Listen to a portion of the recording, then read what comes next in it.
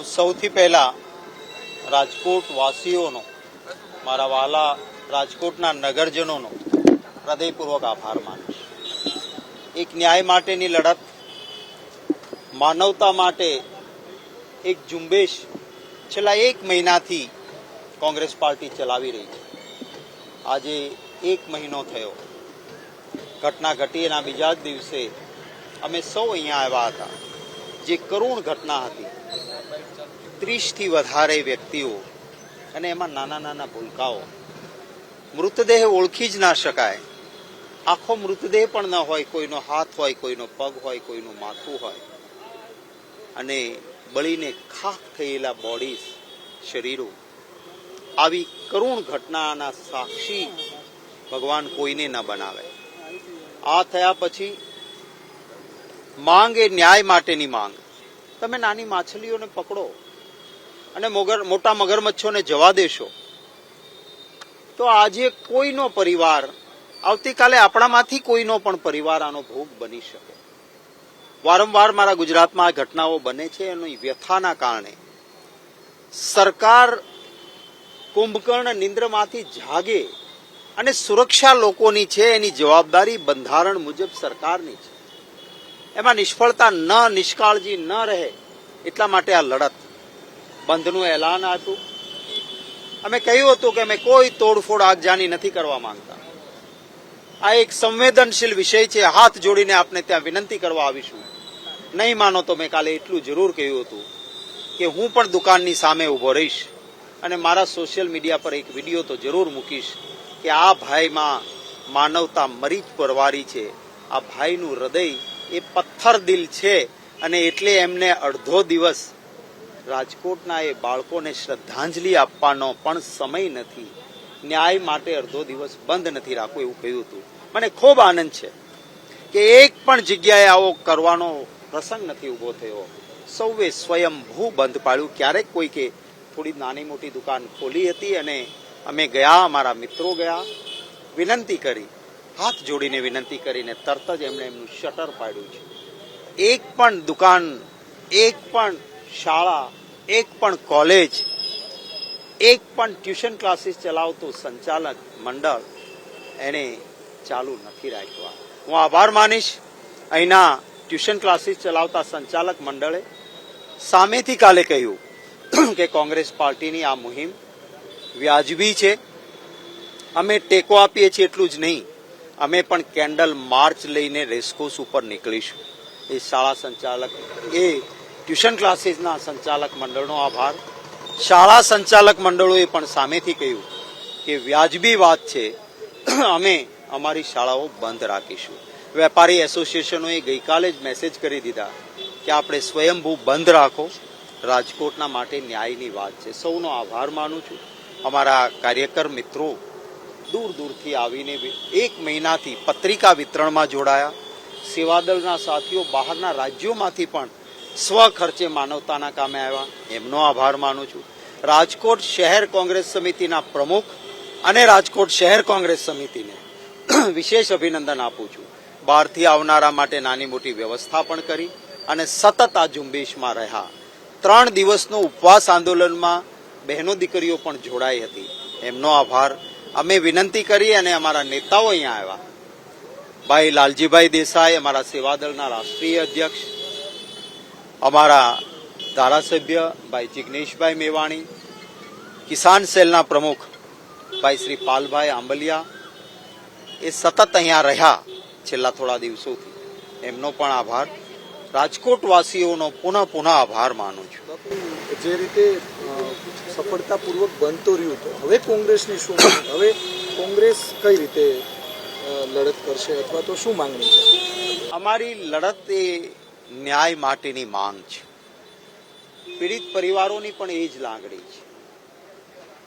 જ્યાં કોઈ મોટો અધિકારી ગયો હોય, જ્યાં મેયર ગયા હોય રાજકોટના, જ્યાં રાજકોટના ભાજપના ધારાસભ્ય ગયા હોય, જ્યાં કલેક્ટર ગયા હોય, જ્યાં ડીએસપી ગયા હોય, જ્યાં કમિશનર ગયા હોય, ત્યાં શું એમની જવાબદારી નહોતી? તમે નાના કોઈ પીઆઈ પીએસઆઈને જેલમાં નાખીને કહો બધું કરી દીધું, આ બરાબર નથી.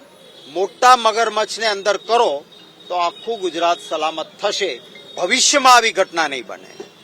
તમે 16 લાખ કરોડ મોટા ઉદ્યોગપતિઓના માફ કરી શકતા હો તો વળતરના નામે મજાક ના કરો. જીવની કિંમત કોઈ રૂપિયા આપી શકે નહીં, એ ખોટ પૂરી કરી શકાય નહીં. પરંતુ એ દિવસે 90 રૂપિયાની સ્કીમ હતી, 1100 ની બદલે 90 રૂપિયા. ગરીબ અને મધ્યમ વર્ગનો પરિવાર ત્યાં ગયો હતો. એ માંગ કરે કે ના કરે, સરકારની જવાબદારી છે. અમારી પણ માગણી ને લાગણી છે કે આભ તૂટી પડ્યું છે એમના ઉપર, થોડી સહાયતા રૂપે વ્યાજબી વળતર તો એને આપો.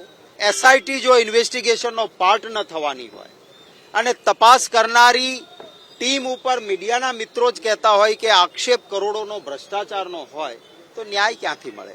આ અમારી માંગણી છે. આ પહેલી ઘટના નથી અને એટલે આગળ અમે કરીશું. મારી એ પણ માંગણી છે, સરકાર ક્યારેય નિર્દય કે નિષ્ઠુર ના હોઈ શકે. મારી પણ સરકારો મેં જોઈ છે. એક રેલવેનું એક્સિડન્ટ થાય, રેલવે મંત્રી રાજીનામું આપે. એક વિમાન દુર્ઘટના થાય, વિમાન મંત્રી રાજીનામું આપે, સિવિલ એવિએશન મિનિસ્ટર. હું પોતે પણ મંત્રી રહ્યો છું. આંદોલન થાય, અમે આંદોલનકારી સાથે વાટાઘાટ કરતા કે બોલો ભાઈ શું તકલીફ છે, આવો આપણે બેસીને કંઈક વચલો રસ્તો કાઢીએ, તમારી વાત અમે સ્વીકારીએ.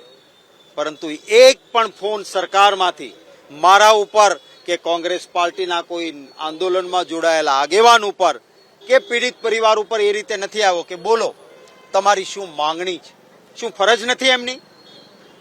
અમારી સરકારોમાં અમે સામેથી વાત કરતા હતા. અને કેટલી નિર્દયતા છે. આ પહેલી ઘટના નહીં. નવો બનેલો બ્રિજ પાલનપુરમાં તૂટે, લોકો મરે. તક્ષશિલા કાંડ થાય, લોકો સળગીને મૃત્યુ પામે. મોરબીનો બ્રિજ તૂટે, લોકો નિર્દોષ મૃત્યુ પામે. હરણીમાં કોઈ સલામતીના પગલાં નહીં, લાઈવ જેકેટ પણ નહીં, વધારે પડતા કેપેસિટીથી વધારે બાળકો ભરે, હોડી ઉધીપુર અને બાળકો મૃત્યુ પામે. શું જવાબદારી નહીં? અને પછી અગ્નિકાંડ બને. આજે રાજકોટમાં આપણે ઊભા છીએ ત્યારે સુરતમાં એક હોસ્પિટલ હમણાં જ દેશના વડાપ્રધાને જેને ખુલ્લી મૂકી, એ બિલ્ડિંગનું છત પડી ગયું અને પેશન્ટ નીચે દબાયો. કઈ પ્રકારનો ભયમુક્ત ભ્રષ્ટાચાર છે? કેમ આવું બને છે? સરકારને વિનંતી છે, ખાસ કરીને માનની ભૂપેન્દ્રભાઈ, આપને કહું છું, આપની છાપ એક સારા માણસની છે. આપ કહો છો કે મૃદુ અને મક્કમ. અરે ચાણક્યજીએ કહ્યું છે, શાસક કભી નરમ નહીં હો સકતા, શાસક ગરમ હોના चाहिए. આપની બેકસીટ ડ્રાઇવિંગ કોઈ કરે છે, આવી છાપ ઊભી થઈ છે. ભૂસી કાઢો એ છાપને. આપ દાદા ભગવાનમાં માનો છો, હું દરેક દેવસ્થાનમાં માનું છું, દાદા ભગવાનમાં ગયો છું અનેક વખત. દાદા ભગવાન પણ માફ ન કરે જો આપણે આવા સમયે માનવતા ન દાખવીએ. આપની ફરજ છે, પકડો મોટા માથાને, કરો જેલ ભેગા, મળો અમને ન મળવું હોય તો કંઈ વાંધો નહીં. આ જે પીડિત પરિવાર છે એમને મળીને એમની માંગણી સ્વીકારો એવી હું વિનંતી કરું છું. રાજકોટ દ્વારા બંધનું એલાન આપવામાં આવ્યું છે. પરેશ ધાનાણી અહીંયા પહોંચ્યા છે. આપણે પરેશભાઈ સાથે સીધા વાત કરવાનો પ્રયાસ કરીશું. મોટા ભાગનું રાજકોટ આજે બંધ છે, બજારો બંધ જોવા મળી રહી છે. સીધા દ્રશ્યો આપણે બતાવવાનો, કોંગ્રેસના અન્ય અગ્રણીઓ પણ તેમની સાથે છે. જે રાજકોટના અલગ અલગ જે બજારો છે તે બંધ જોવા મળી રહી છે. આપણે પરેશભાઈ સાથે વાત કરવાનો પ્રયાસ કરીશું. પરેશભાઈ, શું કહેશો? બંધને જબરજસ્ત પ્રતિસાદ જોવા મળી રહ્યો છે. સ્વયંભૂ લોકોમાં જ ક્યાંક રોષ છે.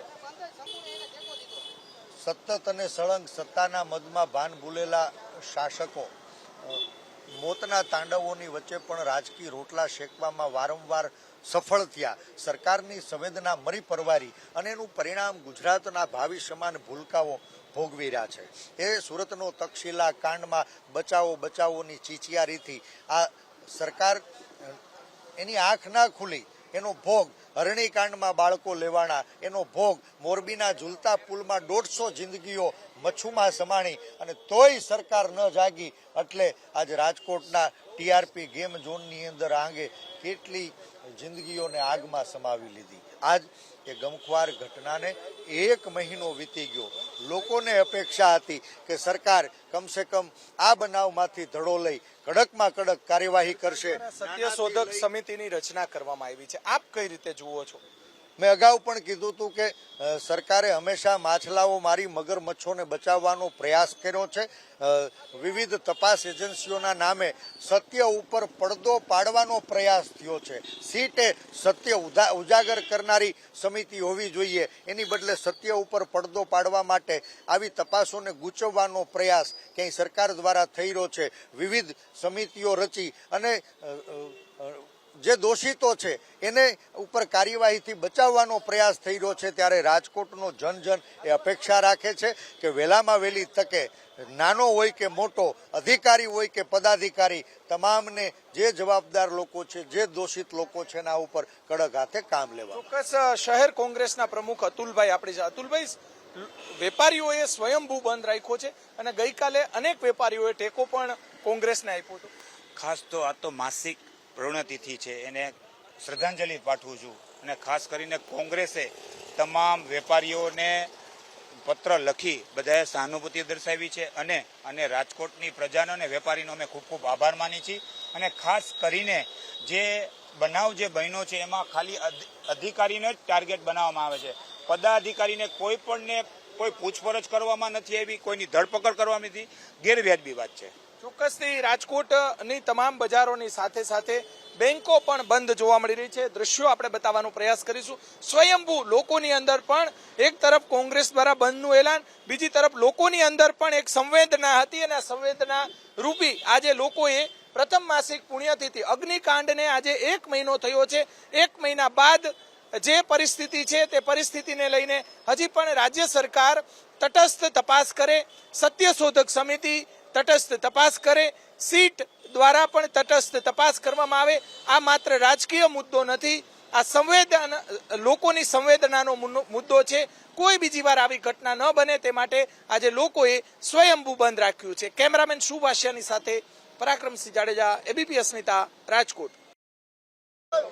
25 દિવસથી આ રાજકોટ શહેરની જનતાની લાગણી પીડિત પરિવારો સાથે જોડાય એટલા માટે હાથ જોડીને વેપારીઓ, દુકાનદારો, સંચાલકોને વિનંતી કરી છે, હાથ જોડીને, કે તમારો માહિલ્યો જો જાગેલો હોય તો આપણે બધાએ શાંતિપૂર્વક રીતે, સંપૂર્ણ અહિંસક રીતે રાજકોટ શહેરને બંધ પાડી સત્તાધીશોની આંખ ખુલે, પીડિતોને ન્યાય મળે એવો પ્રયત્ન કરવો જોઈએ. પરંતુ સત્તાની, સરકારની ચાપલુસી કરવા ટેવાયેલી આ પોલીસે શાળાના સંચાલકો, વેપારીઓ અને અમારી ટીમના માણસોને ડરાવવાની, ધમકાવવાની, કોણ કોણ કાલે રોડ ઉપર ઉતારવાનું છે એની યાદી મંગાવવાનું શરૂ કર્યું છે. આંદોલનને તોડી પાડવાની કોશિશ કરી છે અને પીડિતોને ન્યાય આપવાની વાતો છોડો. સાવ કરોડરજ્જુ વગરની આ પોલીસ જે દારૂ જુગારના અડ્ડા નથી બંધ કરાવવા માંગતી, એ પોલીસ લોકોને ડરાવી રહી છે જેથી કાલે રાજકોટ બંધ સફળ ના થાય. એ રાજકોટના અને ગુજરાતના અગ્નિકાંડના ભોગ બનેલા પીડિત પરિવારો અને આંદોલન સાથેની ગદ્દારી છે. એટલે આજે પોલીસ કમિશનરને કહેવા આવ્યા છીએ કે તમારા પોલીસ ડિપાર્ટમેન્ટના માણસોને સમજાવી દો, આમાં મજા નથી. તમારા રાજકોટ પોલીસના ટોટલ ધંધા અમને ખબર છે. તમારી કલેક્ટર કચેરી, પોલીસ કમિશનરની કચેરી, તમારા બંગલાઓની 3 કિલોમીટરની ત્રિજ્યામાં ચાલતા દારૂ જુગારના અડ્ડાઓ અને ડ્રગ્સના કારોબારથી પણ અમે વાકેફ છીએ. અત્યારે એમાં પડવા નથી માંગતા. શાંતિપૂર્વક રીતે હાથ જોડી રાજકોટને બંધ કરવા દો જેથી પીડિતોની લાગણી અને માગણી એ ગાંધીનગર સુધી પહોંચે. અને તમારામાં એટલી બધી ત્રેવડ હોય તો હું સતત કહી રહ્યો છું કે જે લોકોએ જુગાર કાંડમાં તોડ કર્યો એમની સામે એક્શન લઈને બતાવો તો માનીએ કે તમારામાં પાણી છે.